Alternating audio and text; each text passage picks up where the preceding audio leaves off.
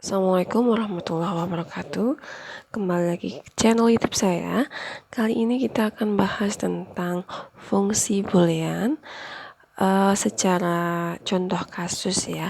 Jadi untuk fungsi boolean yang teoristis kan sudah saya jelaskan dalam video saya sebelumnya.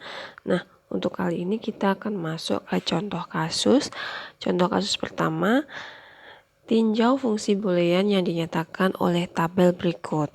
Kemudian nyatakan fungsi tersebut dalam bentuk kanonik, SOP, dan POS. Baik, kita lihat dulu untuk tabelnya. Di sini ada fungsi variabel X, Y, Y sama fungsinya ya. Kemudian kalian bisa lihat karena di sini ada 3 variabel. Jadi ke bawahnya di sini itu ada 8. Dapatnya dari mana? Dapatnya dari 2 pangkat 3 kan 8 ya. Ada 3 variabel yaitu X, Y sama Y. Kemudian nanti karena 8 di sini X-nya separuhnya 0 baru 1, kemudian 0 0 1 1, kemudian 1 0 1 0 0 1 0 1 0 1 seperti itu. Kemudian ini kan kita disuruh mengubah dari tabel ke dalam fungsi bentuk kanonik yang SOP dan POS. Perlu kalian ingat untuk bentuk kanonik di sini kan fungsinya yang memiliki setiap sukunya memiliki literal lengkap atau variabel lengkap. Jadi dia ada X, ada Y dan ada Y. Tidak peduli dia harus komplement atau tidak ya di sini. Yang pertama kita akan bahas yang fungsi kanonik SOP.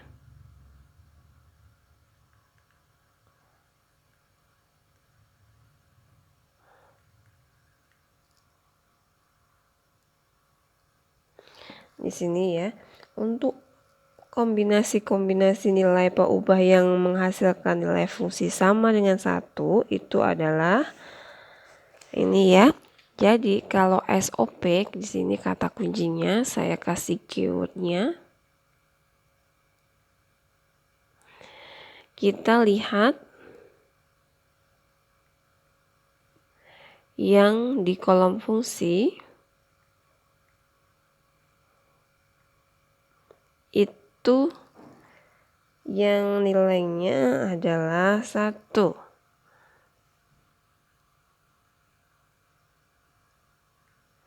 Nilainya 1 ya. Kalian lihat untuk yang nilainya 1 di sini ada 3 poin, yaitu di sini. Ini ya. Kemudian ini sama yang terakhir. Nah, nanti kalian fokus pada baris yang hasilnya 1 ini tadi.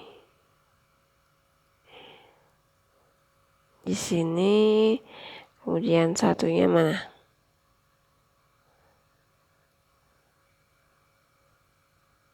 Di sini. Kemudian yang terakhir paling bawah. Ini ya. Kemudian kalian ubah nih ke bentuk kanoniknya. Untuk SOP kan dia merupakan penjumlahan dari hasil perkalian ya. Jadi kita bisa tulis F, X, Y, Z. Sebenarnya untuk mengubah dari tabel ke bentuk SOP baik dan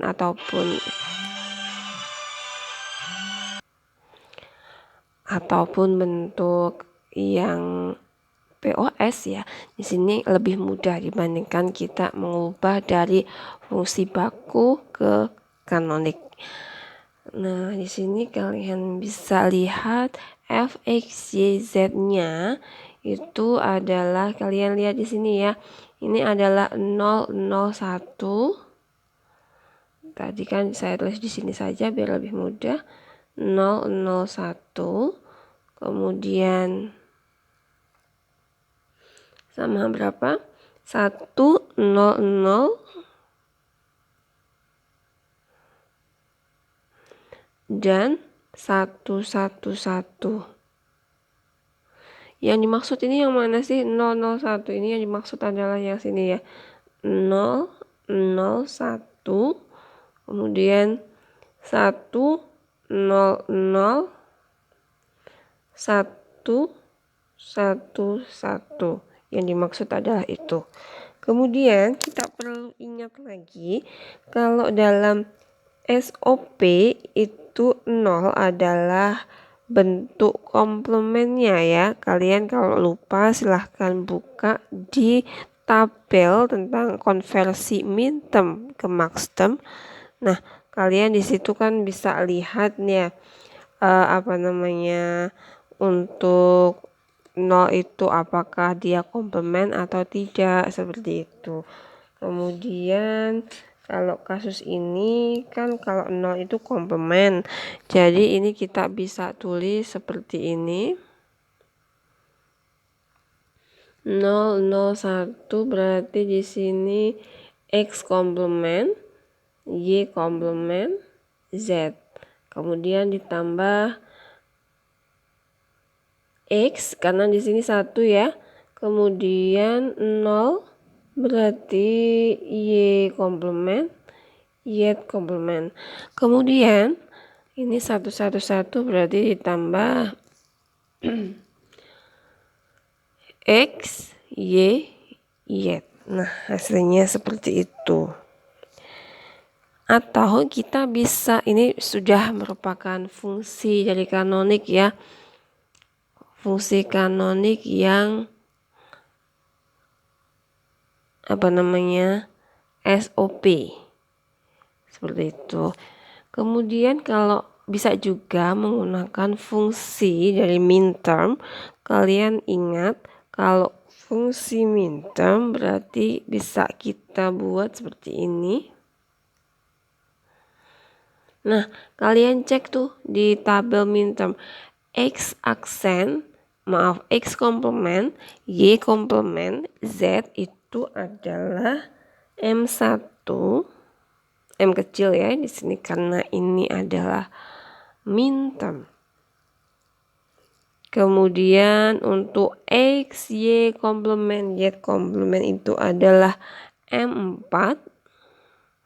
Dan yang terakhir di sini X, Y, Y itu sama dengan M7. Atau bisa kita tulis seperti ini. Ini karena dia penjumlahan berarti sigma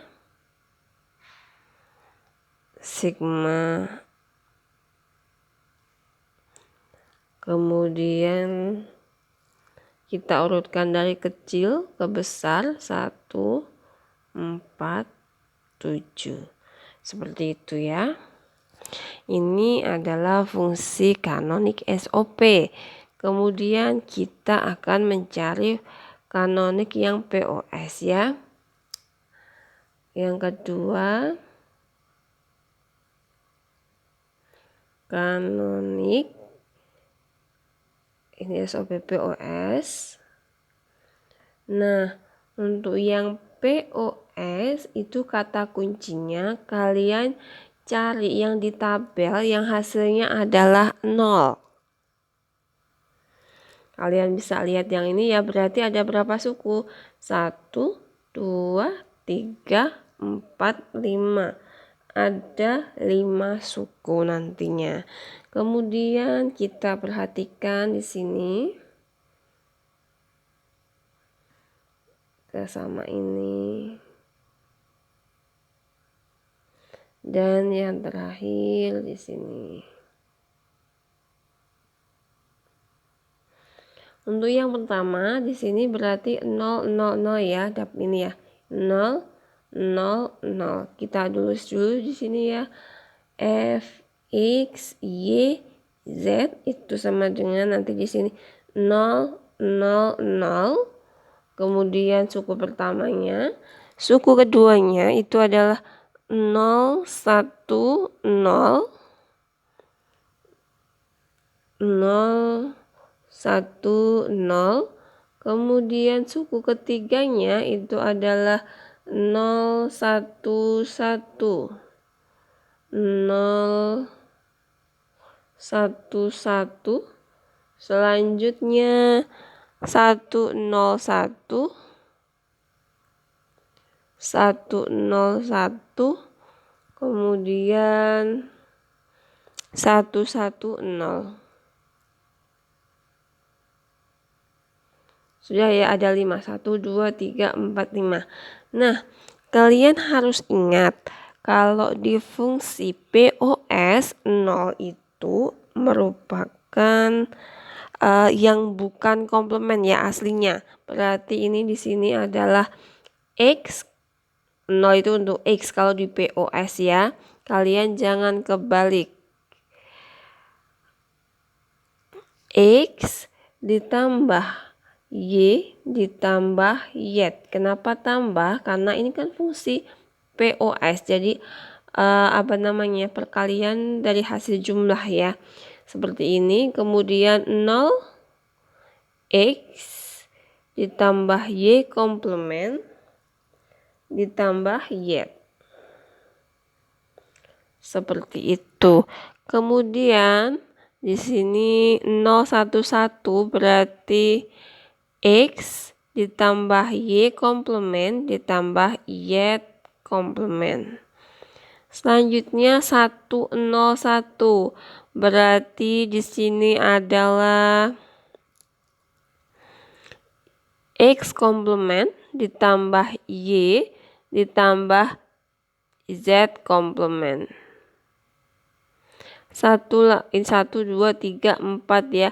1 lagi kita taruh bawah karena tidak muat. 1, 1, 0. Berarti di sini X komplement ditambah Y komplement ditambah Z. Seperti itu ya cara mencarinya. Ini sudah selesai untuk fungsi kanonik POS. POS kan perkalian dari hasil penjumlahan ya. Kemudian kita juga bisa mengubah atau menyajikan dalam bentuk mintermnya.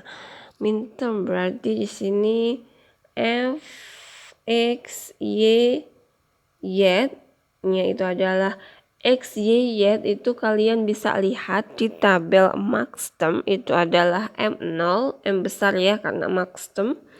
Kemudian untuk X, Y komplement Z itu adalah M2.